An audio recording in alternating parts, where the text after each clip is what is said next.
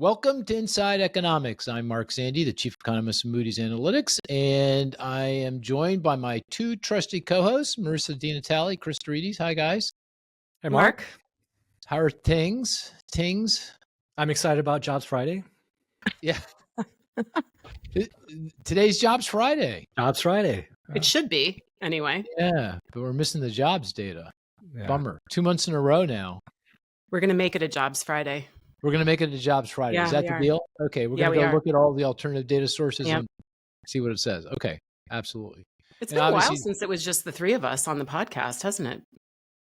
Has been, I think you're right. Yeah, I think it's been a while. It feels good, though, somehow. I like it. Feels like I'm home. This is apropos. It's a safe Thanksgiving. Space. A safe space. Yeah, safe space. We're missing Dante, though, so it's not quite. That's right. That's true. It can't be Jobs Friday without Dante. So. And Dante's on a cruise. Somehow, I just don't see Dante on cruises. Dante is a prolific cruiser. Are you kidding me? Prolific. Wow. No, you'll have to ask him about it. Really? He goes on multiple cruises a year. Huh. Chris, would you have thought Dante a cruiser? I would have not, but I'm not I'm the antithesis of a cruiser. That sounds like the worst vacation. Have you ever been on a cruise? No, I have not. I don't have an open mind about it. So, Marisa, have you ever been on a cruise? I've been on one. And it was a small luxury cruise, and I did not like it at all. I had the mindset that Chris had, like very anti-cruise, and I got talked into. This is when I went to Japan a few years ago. It was 10 days, way too long. I got sick of seeing the same 100 people every morning at breakfast. It was not my thing at all. But I'm glad I tried it, because now it confirmed to me that it's not my thing. What about you, Mark?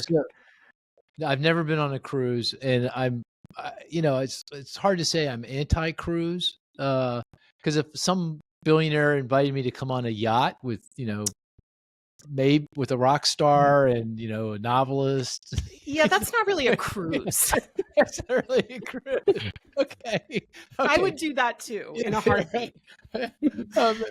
Maybe then I am anti-cruise. I don't know. Maybe I'll give it a shot one of these days. But yeah, you'll have to ask Dante. I mean, I think with Dante, it's a function of having little kids, and it's easy entertainment, contained easy entertainment. Right. Yeah. No, that makes a lot of sense. Yeah, but okay, here we are, our own Jobs Friday. We want to talk about the jobs data from private data sources that we have gotten and what it says. And we got the UI claims data from the State Labor Department, so we can talk about that as well. And Challenger layoff announcements. So a bunch of stuff we can talk about, I think, which will provide some insight into what's going on in the labor market and economy more broadly. We'll play the game at some point. Statistics game. And Marisa, you have a bunch of listener questions, you said. Yeah, we have a ton. Okay, so we'll take those as well.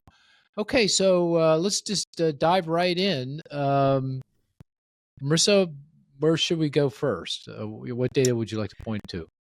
So I think there's three that I watch closely, right, that are a pretty good alternative to the BLS. So the first thing that we have on the unemployment side, really the only thing we have on the unemployment side, is unemployment insurance claims. So we've mentioned this in past podcasts. The ETA, which is the Department of Labor's arm that puts out national claims, is not putting out national aggregate claims.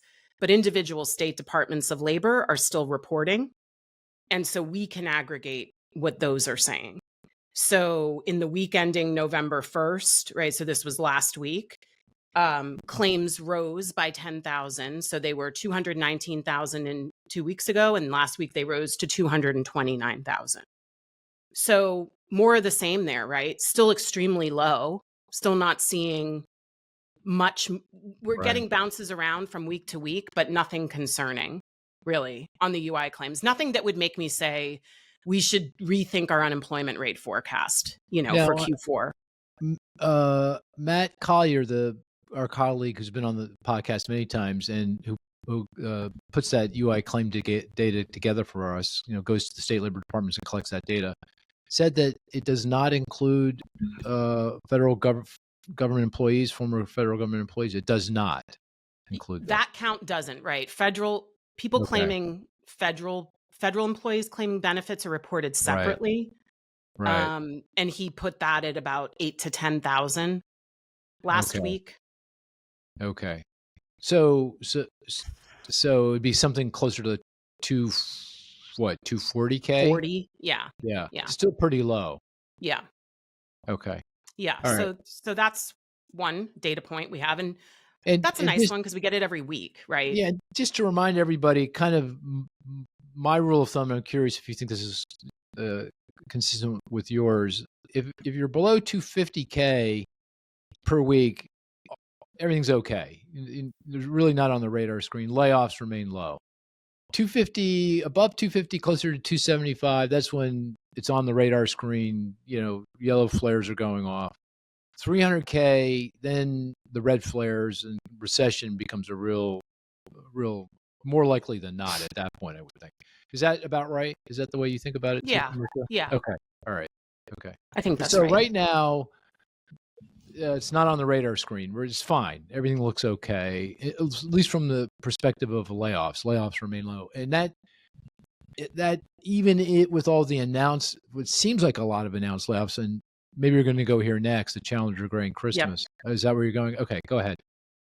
Yeah, you're right. I that's right. So there's people filing UI claims are out of a job, right? Then there's companies coming out and saying, we're planning on cutting 10,000 jobs, 30,000 jobs. Those are just announcements. And oftentimes the timing around that is murky. So oftentimes is the breakdown between whether those are companies that are just taking down open jobs that they're advertising for versus actually firing people, right? So it could be we're cutting the headcount by 10,000. That doesn't necessarily mean they're going to lay 10,000 people off. It could mean they have 5,000 open positions that they're just going to take down, right, from their website. Right. So there's another source that we have, Challenger Gray and Christmas. They're a consulting company, and they put out a job cut announcement report every month. This was kind of interesting this last month. So they reported 153,000 announced job cuts for the month of October. That sounds like a lot. That is the highest since 2003. Ooh, okay. So highest 1 month cut announcement in any month in over 20 years. So that is really big. And they break it down by the reasons. They look at the reasons that companies attribute to these announcements. Mm-hmm. The number one is cost cutting, which that could mean a lot of things, and you would think that's usually the reason a company would announce at job the end of cuts, the day, right? Yeah. So I don't know what that really tells us. Yeah. But the second reason, most common reason given, was artificial intelligence reducing the need for as many people on the payrolls. Now that's interesting. Yeah. And we've talked a lot about, can that really be verified? Do we really believe that AI is really having that kind of an impact? I think that's very much up for debate, but companies are certainly saying it is having an impact in their hiring and firing decisions. And this would include the Amazon layoffs and UPS and I think Target, and who else? Are there any other names there? Big layoff announcements? I was talking to a coworker whose spouse works for Booz Allen Hamilton, which is a big consultancy in Washington, D.C. that does a lot of government contracts. They're laying off something like 15,000 people in the D.C. area because of a combination of the government shutdown and DOGE cuts earlier in the year. So there are some big names out there. Do you think this is a leading indicator of future initial claims for unemployment insurance? That these are announced. It takes time for them to actually be implemented. That will be implemented over the course of coming months, presumably, and that would argue for higher UI claims. Is the correlation that tight or not so tight? No. So if you look back at announced jobs cuts and you track, you look at it next to UI claims, often it doesn't track very well. So there have been previous years and months where there was an enormous surge in announcements that never ended up translating into either a rise in unemployment or a significant bump in UI claims. So it's not to say that there's no relationship, but I don't think we can infer with a lot of confidence that we're going to see this enormous, increase in unemployment in the months ahead. We may, but I don't have, I don't think it's an extremely tight relationship between these two things. Hey, Cris, what do you make of the? Oh, sorry, Cris. Go ahead. I was going to ask. These are global announcements, right? They're not just U.S. Is that correct? That's right. Right. So I could make a case that if AI is actually really right now leading to cuts in the back office, say, right, some of the processing that might be outsourced to other countries, maybe that's where some of these Amazon cuts, for example, might hit home first. So it might not actually be the U.S. labor market that's impacted by the cuts, AI-related cuts, as much as maybe other. Lots of hypotheses, right? Are you saying it's more likely the cuts would be overseas than at home because they're AI cuts? I'm saying if they are AI cuts, yeah, and if we think that the first round is, let's say, if AI cuts are really on those more routinized tasks, a lot of those tasks have already been outsourced to India or other countries, so maybe those are the ones that get cut. I don't know. I'm just you're hypothesizing, right? Yeah, before we read too much into the data, and maybe that could help to explain why there might not be such a strong correlation between announced cuts, which are global, and U.S. unemployment insurance claims. Right. Marisa, do you know offhand? You mentioned cost cutting. You mentioned AI. What was the next reason given for the layoffs? Challenge for Christmas in Gray. Do you recall? I don't know offhand.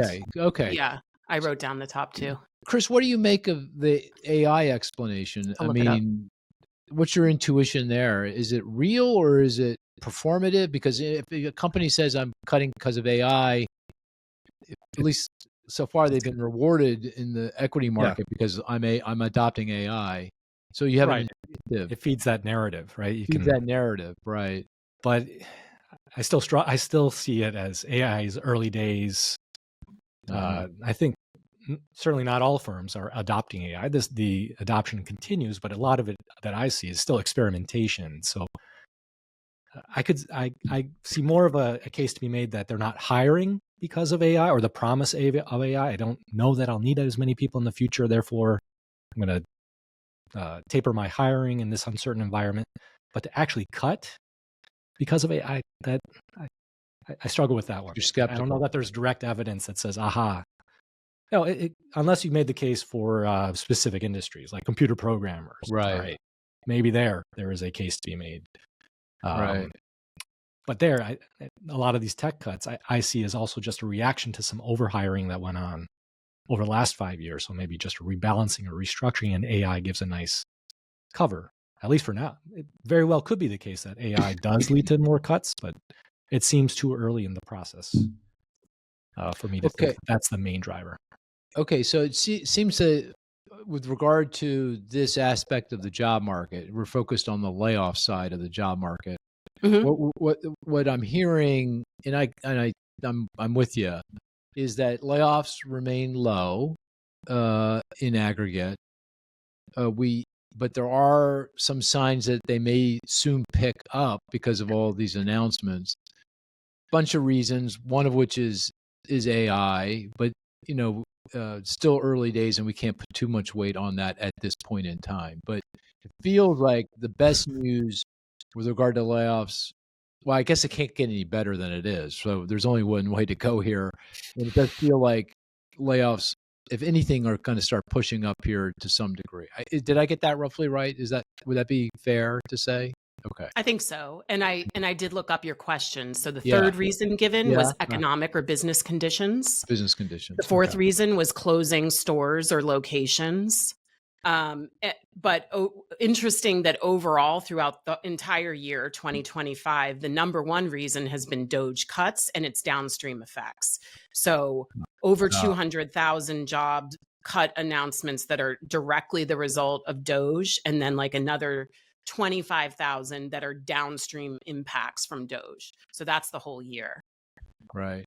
Hey, one other thing about the layoffs. I mean, I was under the impression or thought that, all those government workers who got cut during Doge, but were put on deferral. They were Yep. essentially given severance, and that that would last through month of October. At that point, then they would come off, and then they would join the the ranks of the unemployed, and may show up in UI claims. But did I have that right? And why haven't we seen that? Well, it was the month of September. Month of September. Okay. Yeah. So October 1 would be when they're off payrolls. Right. Okay. So if we had BLS data, right, you would see it you would have seen it in today's report for October. I see. And why in fact, why aren't we seeing it in the UI claims, the initial claims for unemployment insurance? Why aren't they? So I think you guys had a webinar where Justin Begley was talking about this, right? And he was talking about how a lot of the furloughed federal workers may not be jobs. First of all, a lot of them knew they were losing a job back in January, February, March. Right. They have had 6 months plus to find other employment, and they were free to do that, right? So if they took this deferred layoff, they would be paid by the federal government through the end of September, but they could get another job in the private sector or somewhere else in the meantime. So you have to figure a lot of them are probably reemployed. Federal government employees also tend to be older on average. There's a lot of people that may have just said, I'm retiring completely. So I think there's a couple reasons why they may be less likely to file for unemployment insurance than, say, a private sector worker in that situation. They had 6 months, right, of a heads up on this. So presumably a lot of them have found work. And if you're a federal worker who's in this situation and you listen to this podcast, we'd love to hear from you. We've seen it, right, Mark? Like we have some open positions, and we've seen a lot of federal workers, former federal workers, people that are not working for the federal government anymore because of Doge applying for jobs, economist jobs with us. So there's certainly a lot out there looking for jobs. But so there is some uptick in UI claims among federal workers, but it's not huge. It's not as big as you'd think. Chris, did you catch that she's listening to the podcast when she's not even on the podcast? I'd say that's a pretty good sign. Yeah. No, I was listening to your webinar that you did on the Shutdown. The webinar. Oh, with Justin and Brendan. Yeah. And you guys he talked about this a little bit, I think, on that webinar. Right. We'll come back to that. Okay. So that's the layoff side of the job market. That's the layoff side. Right. Then there's the the demand side, right? The other part of the demand side, which is hiring. So the two big ones are ADP, the payroll processing company, and Revelio Labs. We had Lisa Simon, the chief economist, on a month ago, right? Talking about the Revelio data. So the ADP number came out on Wednesday morning. That showed a gain of private sector employment of 42,000. So plus 42,000 from ADP on private payrolls. And the previous month that had declined. So showing some improvement for the month of October. The gains were kind of narrow. One of the highlights of what it showed was I think it showed a decline in leisure hospitality, which their chief economist pointed out is maybe concerning, since we've talked about how consumers have been powering this expansion so far, right? So there's been some wavering in retail and leisure hospitality, things powered by consumer spending.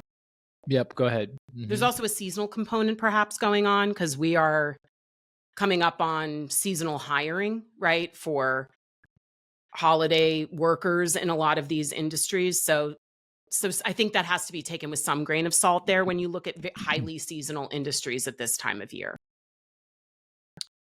Were you going to say something, Mark? Question that? No, just to point out that, again, this is private sector. Yep. So, again, not the government. And so, in all likelihood, government employment declined again, going back to Doge and the government shutdown. And that would So what was it? It was a positive what? 40? It was plus 42 for private sector. So it's That's definitely lower than that. Yeah. We don't know how much lower, but definitely lower in total. We have some idea, right? So Revelio, who puts out a report that they collect their data by scraping professional profile websites like LinkedIn. They reported total non-farm payroll decline of 9,100 over the month. So that does include government workers. And the government portion of that looks like it was down like 20,000-ish. Okay, so, that makes sense. So their private sector number, to be consistent with ADP, would have been plus 13,000. Got it. Right. So then you add in these 9,000 government workers that lost their job, down 9,100. Sorry, whatever I said before, 20,000 government workers lost their job, down 9,100 was the headline. Right. They also reported downward revisions to the data that they reported from June through September. So it makes kind of the whole summer into fall period look weaker than what they initially reported.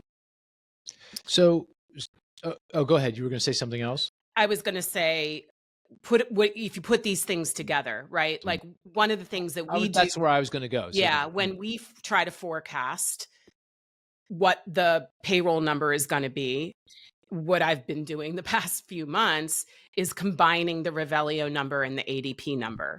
And if you do that, then you get plus 28 on private sector employment. If you average the two private sector estimates, right? Oh, you okay. average Plus the 42,000 and the plus right. 13. Yep. But we would estimate, again, you have a lot of federal employees coming off the payroll. We know that, just given that this buyout situation ended at the end of September. So if you factor that in, we would estimate a decline of 15,000 in total non-farm payrolls. That's where our team, Dante's team, our colleague Matt Collier, that's where they ended up for the month. So they would pencil in minus 15K for the month of October, given all this data. Okay, so because we don't have government data, the Bureau of Labor Statistics is not operating, so we're not getting the numbers. We're now focused on these two private sources of data, the ADP data, the Revelio data. Looking historically in recent history, these track the BLS numbers pretty well, I would say. Yeah, they do. Yeah, and so we're taking those two numbers and we're combining them, taking an average of the two. And what you're saying is, if you take an average of the two, it would suggest if we had gotten the BLS numbers, it would show a small decline. So it feels like basically the economy is not creating any jobs. That's what we're saying, effectively. Mm-hmm. No jobs. There's no layoffs, but there's right. no jobs. Therefore, there's no hiring. That's what we're saying. Yeah. And I'll point out one more private data point, if I can. Indeed has an estimate of job postings, and they track wages. The number of job postings in October was the lowest it's been since 2021. And wage growth has been pretty weak. They're looking at wage growth of 2.5% year over year. So that is less than the rate of inflation right now, right? Because we've seen inflation rise. So that's, again, looking at demand for workers. And we've talked about job postings and how that's a little iffy, right? But nevertheless, companies are taking down job postings. And now they are as low as they've been in, 4 years, 5 years almost. I guess the other data point that's consistent with no hiring is that, going back to the insurance claims data, continuing claims, yes. The number of people who continue to be on unemployment insurance, that continues to push up. It's high, and it's pushing up. Is that right? Do I have that right? It's the highest it's been in about almost 4 years. Since the pandemic, coming out of the pandemic. Yeah, that feels high. Okay.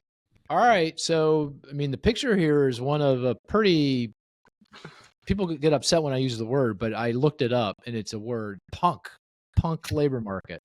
It's not going anywhere fast. Is that right, Chris? Would you any pushback there? Is it worse than punk? Is it like negative punk?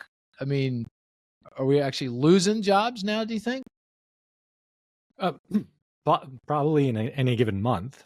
Yeah, any given month. Certainly, 15 15K. I wouldn't dispute that, given the government payrolls. But I'd say flat at this point. I don't know that I'd go so far to say it's negative punk, but negative punk. But definitely flat, and certainly more. The trend is in that direction. That's the concerning part, right? It's not getting better. I know a little bit more in the weeds before we tie it all back together. Going back to the ADP, there's two other things I noticed about the ADP data. One, for this month, for the month of October. One was the only job growth is at large companies. Companies more than 250. I think they say more than 250 employees. That's their cutoff for a large worker. Large employer. Anything below that, we're seeing companies of any size below that. We're seeing job loss. Consistent job loss, which again is kind of consistent with the environment, the tariffs, the damage that's mostly smaller companies. They don't have the same resources or capability to shuffle their supply chains to avoid the effects of the tariffs. The big guys are in a much better position to do that. So it makes a lot of sense. So they're taking it on the chin. They can't pass through their higher tariffs to customers like the big guys can. The other thing I noticed, which makes me a little suspicious that the ADP data may even be overstating things, all of the job growth was in trade, transportation, their sector as they define trade, transportation, and utilities. That feels really weird to me. So I'm not, if anything, I bet that number is on the high side. It might even get revised lower, but something to point out. Okay, so let's bring it all together. I've asked this before, I'll ask it again. What do you think underlying monthly job growth is, abstracting from the vagaries of the data like the ones I just described? And what do you think the break-even number is? What number of jobs do we need to create every month to maintain stable unemployment? Chris, what are your two numbers there? Gosh, I'd say 0. 0? Right. Okay. And the break even is tough, but I'm going to stick. I think I said 25K, 30K last time. I'm probably going to stick with that. 25 to 50K? Yeah, in that range, but probably on the lower end. And that obviously that goes to the fact that we have very restrictive immigration policy. Labor force of the foreign-born is falling. Labor force in total has gone flat. So if you have no labor force, you can't create any jobs. Therefore, we're a little bit below break even, but not a lot below break even. So that would suggest unemployment is going up. Okay. Still low, but going up. Marisa, what are your numbers? This is boring, but I have the same exact answers as Chris. I think it's 0 and 25, 30K. You do? Okay. Yeah. I tell you, I think we're in negative territory. Because we haven't talked about revisions. There's going to be revisions. Even the data we got this past month, in all likelihood, is going to be revised lower, right, to more negative.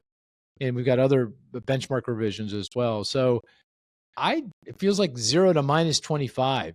That's where the actual number is. And break even, I'd say, 25 at the low end. 25 to 50 sounds about right. So that's a gap of about 50.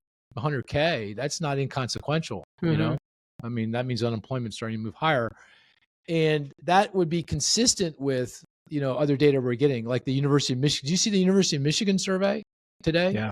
It came out this morning, didn't it? No. Yeah. Bad, right? Very bad. It fell sharply and is. I think it's pretty close to a record low, if not at a record low. I mean, there's measurement issues there, so you got because they switched to an online kind of survey, so it probably overstates the case, but it's making a case. So yeah, right, okay, all right.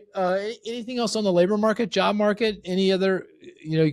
We're obviously scouring the economic world for any data that we can find. But anything else out there, Chris, Marisa? Anything? We got the ISM surveys for both non-manufacturing and manufacturing. They're both below 50 on the employment indexes. So that means both service sector and manufacturers shrinking headcount. Right. Do you think this is sustainable? I mean, what we're saying is the job market's not creating any jobs. It's not a lot different from the break-even job growth. So unemployment is pushing up, but it's still low, 4.3%, and it's pushing up slowly. That's the implication of those calculations. Is that sustainable though for very long? I mean, does that feel like the economy can hang together if that continues for any length of time, Marisa?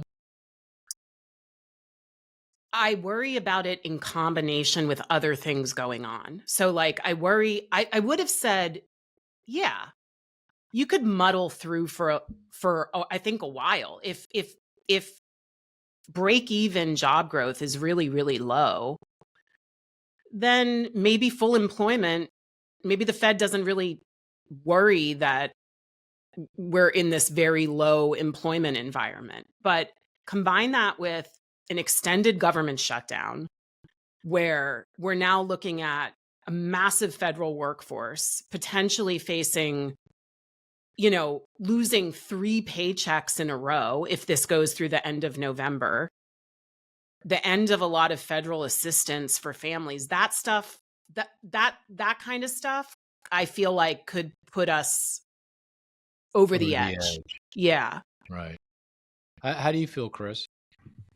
I agree with Marisa. Absent that shock, the shutdown shock, let's call it, then I would say, yeah, we could probably muddle through. It's not very comfortable, but if you're just moving along, very slow labor force growth, very modest hiring, right? You can muddle through for a long time, right, as you make that adjustment. But what it does do is it makes you vulnerable to any shock, and this is a great example. Like an extended shutdown certainly could tip things over, and then there are all the ripple effects that occur, right?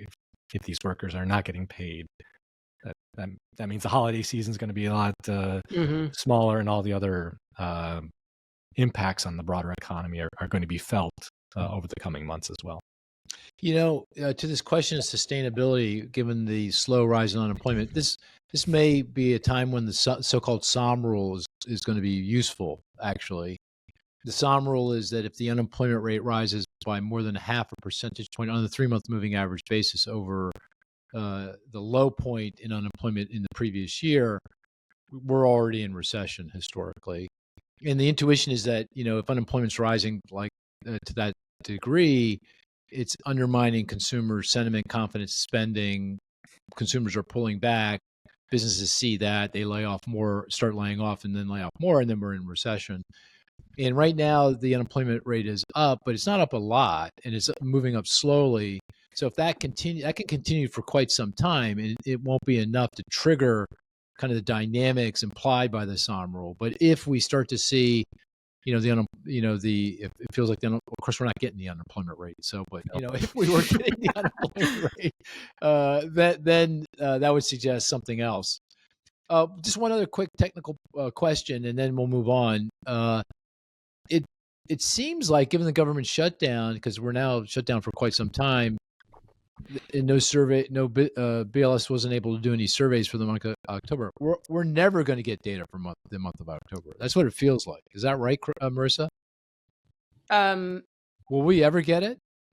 Any data? Maybe the payroll, right? They could. Maybe the payroll data, because it's a survey of businesses and they can get that data. But we're certainly never going to get anything for September. That ship has certainly sailed, right? Oh no, I think they had the data, right? They just didn't release it, right? We got pretty close to release date. Yeah. So I'm guessing we get that data. It's the October data, because the survey week there was nothing happening, and now that's in the rearview mirror by a long shot, and so they can't go. You're right. Okay, yeah, you're right. You're right. Yeah. So right. Government shutdown on October 1st, right? Right. So we should get that data. Right. But October, we may get payroll data maybe for October. Get payroll data. But the longer this goes on, I don't think we're ever going to know what the unemployment rate was or anything from the household survey, because they're not going to go back and interview people and ask them about what they were doing in the month in of October. on October 15th. I can't remember what I did yesterday, let alone in Exactly. October. So I don't think we'll ever see an October unemployment rate. Right. Okay. Oh, November. What are your odds of well, certainly on time. You mean how long this thing's going to last? The government essentially, shutdown. right? Because they should be interviewing next week, right? Is it next? Yeah, next week, the week of the 12th, they do the interview. So, yeah, it'll be disrupted. You know, here we are. Now the longest shutdown in history, and it does feel like things are starting to break. I mean, the thing that ended the shutdown back in 2018-19, that was previously the longest shutdown in history under President Trump in his first term. It was when the air traffic started to get bogged down, when TSA workers weren't coming in and air traffic controllers weren't coming into work, and you saw flight disruptions. And now we're here again, right? Right. The Transportation Department said that airports have to cut back. I think 40 airports have to cut back 10% of their air travel. And I'm traveling, and I was with a group of economists, and they're all trying to think about how they're getting home. Some were getting emails that they're not going to get home, at least not the way they thought. That's going to make not that anyone listens to an upset economist. It's not like that. But if there's enough upset business people, I think that should start to resonate. It does feel like we are starting to get some progress politically in Washington, D.C. So I keep holding. And then there's Thanksgiving, right? I mean, exactly. This is like the worst time of year that this could possibly happen.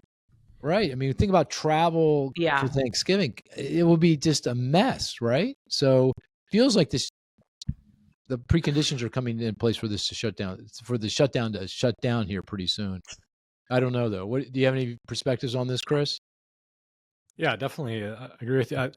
Related to Thanksgiving, I wonder how much travel will be just canceled, right? People that's a great point. And that's going to show up in our spending data and have negative employment ramifications as well. So. Right. Well, we're doing the forecast now for the month of November, and it looks like, because we've incorporated the effects of the shutdown under the assumption that it ends before Thanksgiving, so sometime next week, maybe early the week after, and GDP for the fourth quarter is coming in about a positive half a percentage point. Now you see a bump back up in Q1 2026 when government workers come back to work. But, we're pretty close to another negative quarter if this goes on, certainly through Thanksgiving to the other side. Because then you're in the Christmas buying season, which I think, correct me if I'm wrong, but I think this Christmas buying season, because of the way the dates line up, is a pretty short one, isn't it? There isn't as many days, or I think that's the case. So anyway. What's the buying season anymore, though, right? That's true. Starts in August. Yeah, true. Yeah, but you're right. I think the time from Thanksgiving to Christmas is shorter. Right. Okay. All right. Let's play the game, the stats game. We each put forward a stat. The other folks try to figure it out with clues, questions, deductive reasoning. The best stat is one that's not so easy. We get it right away. One that's not so hard, we never get it. And if it's apropos to the topic at hand, which I guess is the job market and government shutdown, all the better, but it doesn't have to be. So, Marisa, we'll start with you. What's your stat? My stat is 6.9%. Government data? Yeah, government data. It is government data. Oh, it is government data. Wow. Okay. Oh, it is. Oh. Federal government data? Yeah. Is it from the UI data? Nope. What? Oh, is it from the Fed? It's from the Federal Reserve. No. What government agency is releasing data? It's an official report. Yeah. Someone's like a riddle, guys. It's a riddle. Oh my gosh. This. And what's the number again? 6.9? 6.9%. Is it labor market related? Yes. Is New York Fed? Is it some like region? Oh, is it unemployment? Is it related to unemployment? Mm-hmm. It is. Oh, she's savoring something. She's look at her face. Yeah, I know. She's so happy with the statistic. She's so happy that we're not. to see us squirm. 6.9. Is it for some demographic group? Nope. These are questions I'd ask if it were government data, but It is government data. But it is government data. She has an in at the BLS. That's what's going on. She has an in from her former days at the BLS. No, that's not it. Think outside the box, guys. I give up. Chris, Outside. it's outside the box. Chris, do you know? Is it a treasury report? No. No. It is the Canadian unemployment rate. Oh, good All one. right. Good one. Got us good. Yeah. So it's federal government data, just not our federal government. Yeah. Oh, that's a lesson. That's definitely a lesson. Yeah. So what's the deal up in Canada? Things aren't so good. Things aren't so good, but this was actually an improvement. The labor market has improved in Canada over the last couple months. So kind of, a little bit like what we saw here, where the spring was really bad, right? Like we saw that in the stock market. We saw that around Liberation Day and the announcement of tariffs. And it's not good. 6.9% is certainly elevated, but it's down from the peak of 7.1 a few months ago back in the summer.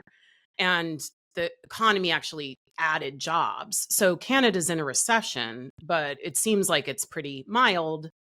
And at least on the labor market front, things are getting a little better. I thought I would play around with you and sub a Canada data point for a US one. I'm surprised you didn't pick like the unemployment rate in Saskatchewan or something, So like with the Eskimos. I'm not that mean. Do they have Eskimos in Saskatchewan? Probably. We'll have to ask Brendan. We'll have to ask Brendan. Yeah. Okay. Chris, you're up. Okay, I got a trifecta here. Oh, God. Three numbers related. 33.2, 45, 91.9. Are they index values? Yes. From the ISM non-man surveys? From what? Are they from Michigan? They are from Michigan. Oh, Michigan. Democrats, Republicans, and independents. Democrats, independents, and Republicans. Yep. Democrats at 33.2, independents 45, and Republicans 91.9. Wow.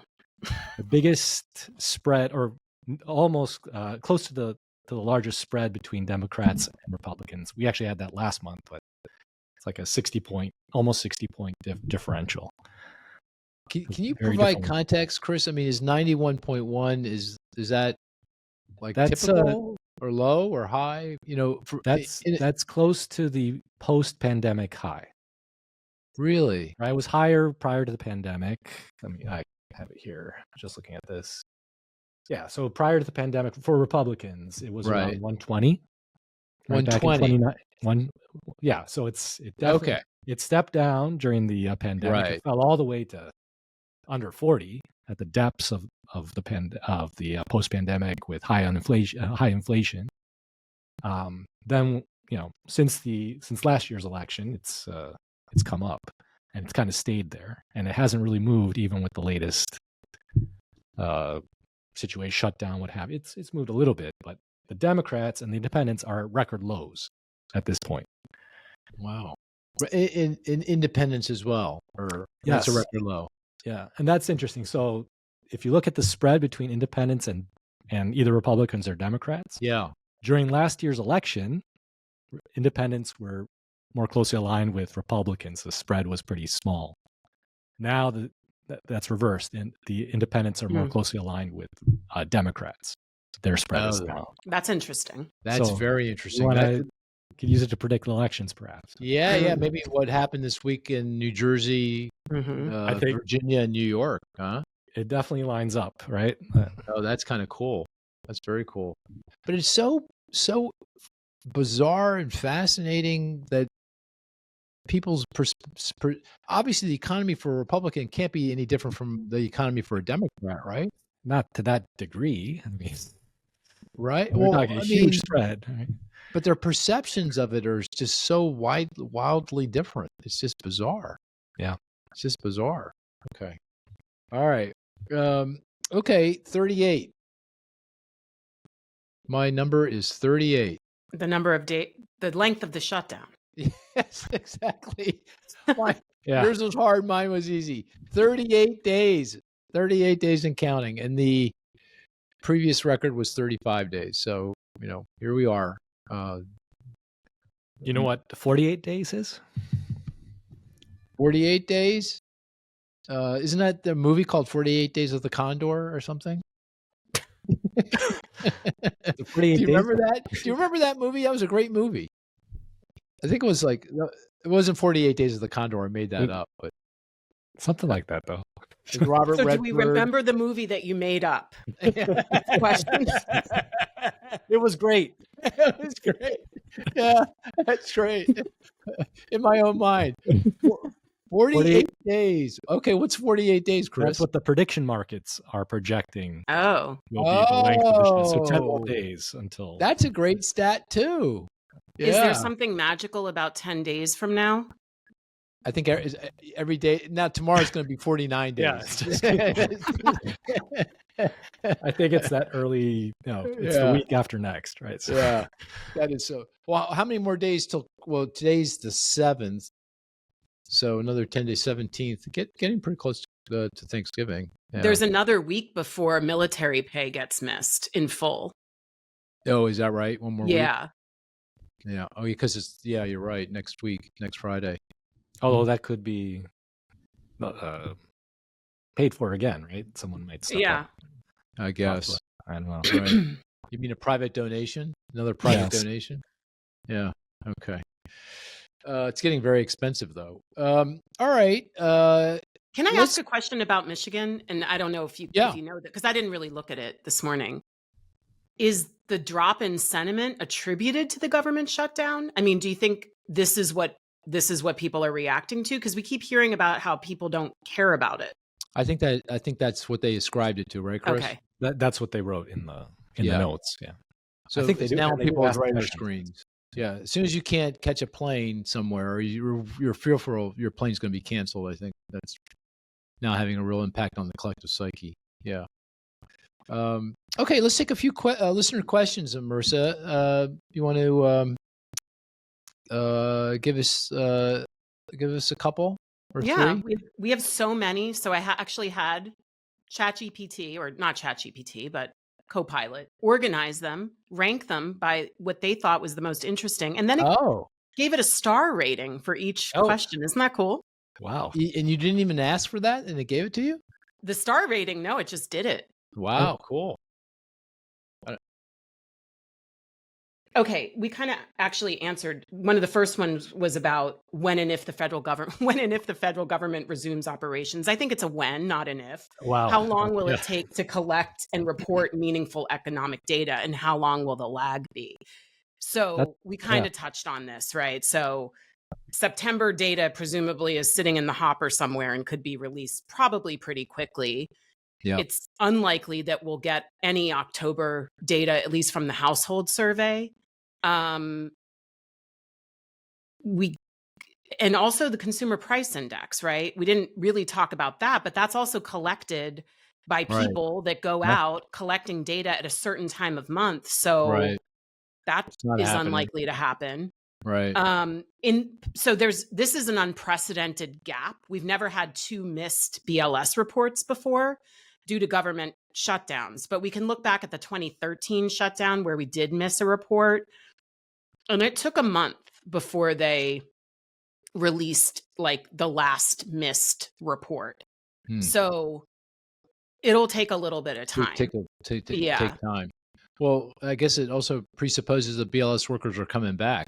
I mean, if people are looking for work, so we'll see. Oh, it's like the pandemic. Shutdown. Yeah. Yeah. People move on. Particularly the people who do these surveys. I'm not talking about the statisticians and the data people, but the people who actually do the surveys. I mean, it's not like they have a whole. I suspect a lot of financial resource. They got to do something. So we're presupposing that they're going to come back in a meaningful way. If they don't, then that delays things even further. So Marisa, let's say it is November 17. Let's say the market is right for the government shutdown to end. What's your forecast then for employment report release? Right? Would they start the survey right away? What's the protocol? No. I think they could still maybe do the household survey. I think they could. So they would either do one of two things. They would either keep the survey reference period the same, but people would have to remember 2 weeks ago, right? Instead of 1 week ago, which does introduce some error. Yeah. Recall bias, they call it, right? You just can't, the longer you are from the event, the less you can remember. Or they could move the survey reference week. They could say, okay, don't tell us about the week that includes the 12th, tell us about the following week. They didn't do that last time because they thought that would introduce more error, because then you're moving the calendar, especially in the month of November where you have a holiday, right? Weird things could be happening. So I think they could still get data out if we resume on the 17th. I think if it goes like to the end of the month or into December, then at least on the household survey side, that gets trickier and less likely. Okay. But if they do it's not going to be that first Friday in December. Probably not. No. Right? It's going to be delayed. Yeah. At least a week or two. Okay. All right. What's up next? So we have there's so many good questions. So I've said it before. Listeners ask really good questions. It's hard to pick. But here's one. Just about how we forecast things, right? Mm-hmm. So we always talk about kind of in a subjective way what our probability of recession is. But one listener had a question, how do we actually do it? So how do we actually make a forecast? Do we have proprietary software? Are we doing it in Excel? Where do we get the data that we're forecasting? Yeah. Do we have internal proprietary data? How do we actually make a forecast? That's a cool question. Chris, you want to take a crack at it? Sure. I guess it depends a little bit on what we're actually forecasting, right? So when we talk about the probability of recession that we mentioned on the podcast here, we do have models, right?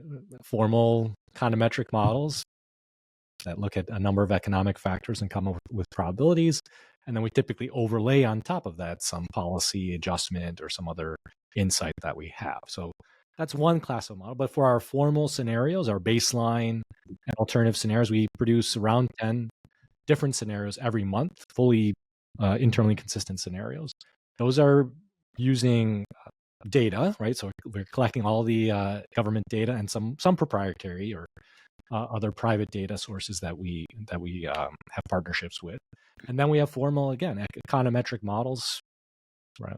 Thousands of equations in a system of equations that allow us to introduce assumptions about the future, how many Fed rate cuts there are, what the price of oil will be, and then simulate or forecast out what all of the other economic variables are. And we forecast around 2,000 variables for the United States, a subset of that at the state and metro level. And then we do cover over 100 countries around the globe as well. And it's a fully integrated model that accounts for trade flows and financial markets and what have you. So a fairly complex system of equations is used. There are some key assumptions that we do have to make along the way, right? And we document those. There's things that are outside the scope of the model, if you will, or we have some insight about policies or new laws that are coming along that we input into the model or the forecast directly. But largely speaking, the models are econometrically driven or quantitatively driven.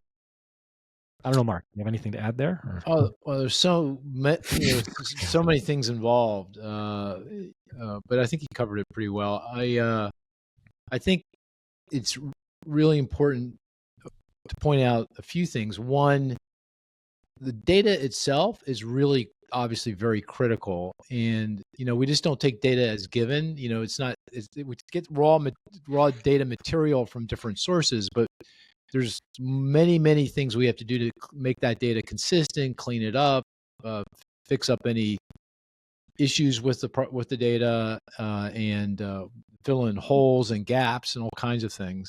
So that data kind of manufacturing process is a whole thing in and of itself, and lots of people are involved with that. And then on the modeling, then we take that data, it's historical data, we model it, to try to find the relationships between different variables, unemployment, relating jobs to unemployment to inflation, and so forth and so on.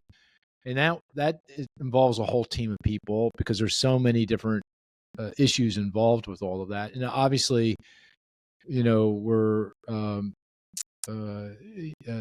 adapting to the environment. If these conditions are changing and some part of the economy is, coming to the fore, then we'll spend more time trying to figure out how to model that part of the economy and bring it into our forecast process. The forecast process itself is a process globally, and we've got hundreds of people involved, in that process, doing a lot of quality control, checking things, making sure everything is working properly, that there's no errors, looking at it relative to previous forecasts to make sure it all makes makes sense. And then we come back and see how well we did. There's how good were these forecasts? If they weren't that good, why? Do a kind of a root cause analysis, and then use that as a basis for coming back to the data collection and modeling. So it's a very involved process that's been honed over several decades now. By the work that we do. One question that comes up, and I'm going to throw it your way, Cris, is how is AI going to change the way we forecast? Or is it changing the way we forecast? Or are you afraid that AI is going to take our jobs as forecasters? I've never asked you that question. I'm so curious how you would answer it. I welcome AI. I think, you embrace AI. I embrace it. More bring power. It on, baby. Yeah. What for me, as we think about forecasting, the baseline, a forecast is important. It's useful, and we should talk about it. But what's really more important is understanding that broader cone of possibilities. What does that shape look like? I know any forecast is wrong, right? Never going to be perfect in the baseline, but understanding what is the confidence interval or width of this forecast, that's the more interesting part for me. And that's why we produce 10 scenarios, right? Many of our banking clients, they'll look at the baseline, but what they're really focusing on is, well, what's the worst case scenario, or what's a 90th percentile scenario? With AI, I just see more possibilities to create more scenarios, or a deeper breadth of knowledge of those scenarios, really trying to understand. To your point, we do a lot of back testing and in our forecasting, but that's time consuming. Perhaps AI could help us really identify, parts of the model that we are missing out on, things that we could improve upon even more. So I think it only is an augmenter to our forecasting, but it's not perfect. It doesn't have the insight into human behavior and to the political dynamics here that we're talking about when it comes to shutdown. So perhaps some insight we provide to the models is still necessary to come up with a reasonable forecast. Yeah, I think I totally agree with you. I think it enhances what we do. It opens up a range of possibilities that we couldn't even thought of before. Because we can start modeling and forecasting stuff that before was kind of out of reach. How many sneakers are we going to sell in Taiwan? Those kinds of questions, which are there are a gazillion of those that kind of up till now we've not been able to touch. But with AI, I think we've got the capability to do that. So I view it as as something that will enhance what we do, expand what we do, not limit what we do. Marisa, any perspective on that? Yeah, I agree. I mean, I've kind of recently had some AI breakthroughs here at work, and I'm a big fan, I have to say. Well, share. You want to let us in on one of the so-called breakthroughs? I've always used like ChatGPT personally. Yeah.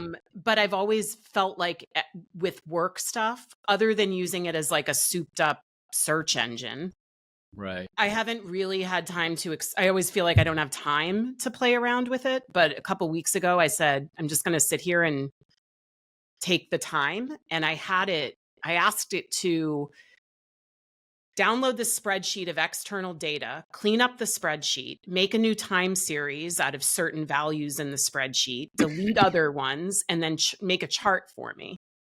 And it took it like 10 minutes to do that, but it did it. And it would have taken me hours to do this because the reason I had asked it was in such a messy state, this data that I got, that I said, this is going to take me all day to do this. So let me see if Copilot can do it in Excel. And it did it. And I was kind of blown away that it could do it that quickly.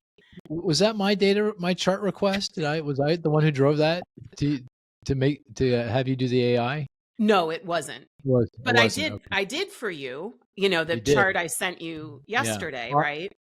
On AI adoption, I think, and its impact on productivity. It was about AI, and I used AI to help me, right? Meta. That was kind of more like the souped up search engine part, where I said, go out and look for this data and tell me all the sources that have it, and then compile it all. I did that. No, this was actually, it was Revelio Labs data that I was working with about a month ago. And I was trying to compile certain estimates out of this mess of data, and it worked well in an Excel spreadsheet. So I agree. Like, I think it's only going to enhance our productivity when it comes to forecasting and analysis. So yeah, I'm excited about it, the possibilities of it. Well, hey, Marisa, let's do one more. One more question before we call it a podcast. 5-star question. 5-star question. Okay. Here's a tariff question. There's a couple good tariff questions. So there is something of a debate between whether the way tariffs are transmitted through the economy, how inflationary they are, and for how long, right? There's the school of thought that says this is a one-time level shift up in the price level, and then everybody acclimates at that new price level. But it's not inflationary in the sense that it's going to have these downstream lasting effects for years and years. Then there's a school of thought that says no, it is actually inflationary, and it can bleed through to other things and to wages. Can you explain the difference between these two schools of thought? So in particular, this one-time jump in the price level argument, how does that compare to, say, an increase in a commodity price like oil or lumber or steel? Why are tariffs different, and how should we think about that? I know that's a complicated, maybe complex question, but I think it's an interesting one. Yeah. I mean, I think the consensus view, or let's say the view held by the Federal Reserve at this point in time, is that the tariff effects on prices is a one-time bump.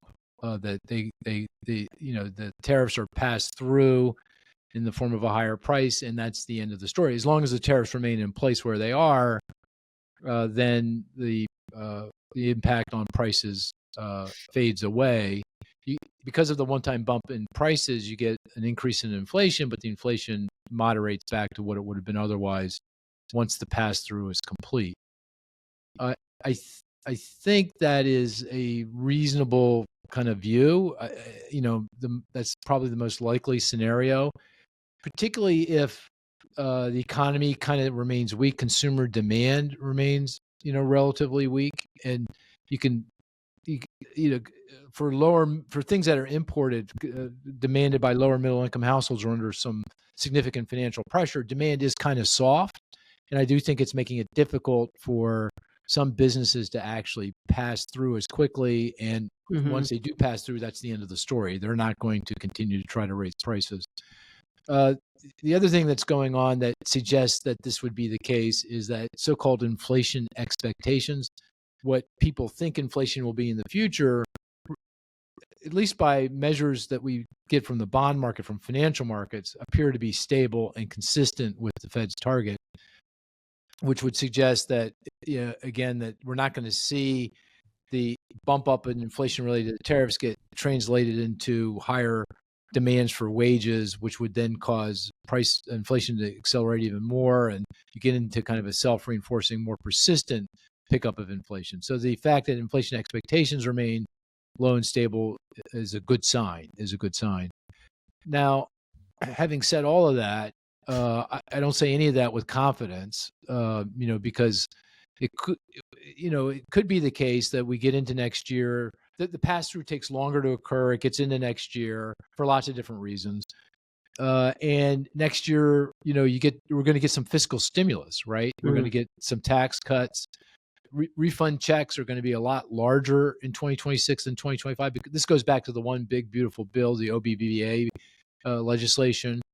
And so that could firm consumer demand, particularly among lower middle income households receiving those refund checks at just that time when you're seeing this pass through occur. And then they may say, businesses are more aggressive in passing through and raising prices. Workers see that and say, oh, you got to pay me a higher wage to compensate. And you kind of jumpstart this, self-reinforcing wage price dynamic.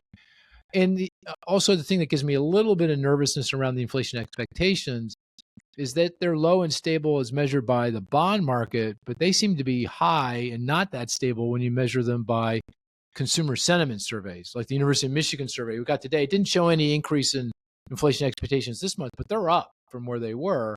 And other measures of inflation expectations, like from the Conference Board survey, suggest that maybe inflation expectations aren't as stable as we might think looking at the bond market measures. So I think it's reasonable to assume this is one-off and for the Fed to focus on jobs and growth and cut interest rates and not be too worried about inflation on the other side of the tariff hikes. But again, I say that with no confidence. And I do think there are scenarios where, that could be wrong. Or it could be, it's just that inflation just remains more persistent. It doesn't continue to accelerate. It kind of settles in the 3 somewhere, but it doesn't come back in as fast to the Fed's 2% target. It kind of hangs there for, a period of time.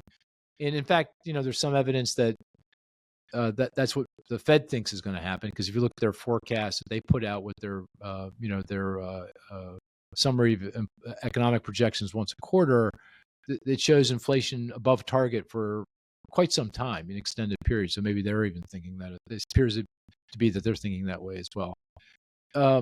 Cris, anything to add or push back on in that response? No, I agree with everything you've said. I'd say one thing I always keep in mind with the tariffs is that it is a tax. So that's, if you just think of it as a tax, like any other tax, yeah. I think you'd say, oh, it's a one-time jump. No one would say if we were to increase the sales tax by X amount one time, that would be a permanent increase in the rate of inflation, right? It would be a one-time jump perhaps in prices. And I think that's the same here.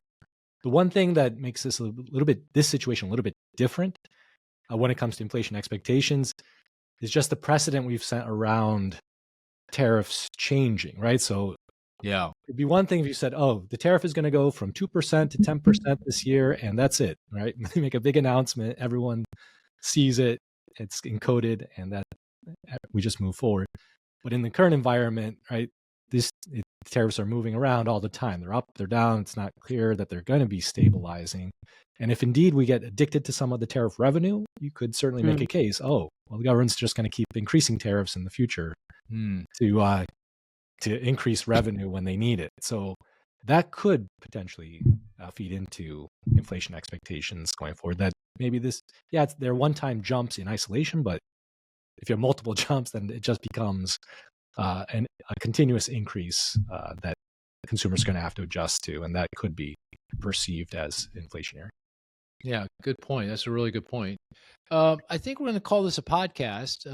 Covered a lot of ground, and as we have been doing with regularity, we've been talking for 1 hour and 10 minutes. So it's just like a law of podcast physics with Inside Economics, 1 minute and 10. And so here we are. It was a great conversation. I thank you guys. Anything else to say before we sign off here? No? Okay. All right. Okay. Well, with that, dear listener, we're going to call this a podcast. We will talk to you next week. Take care now.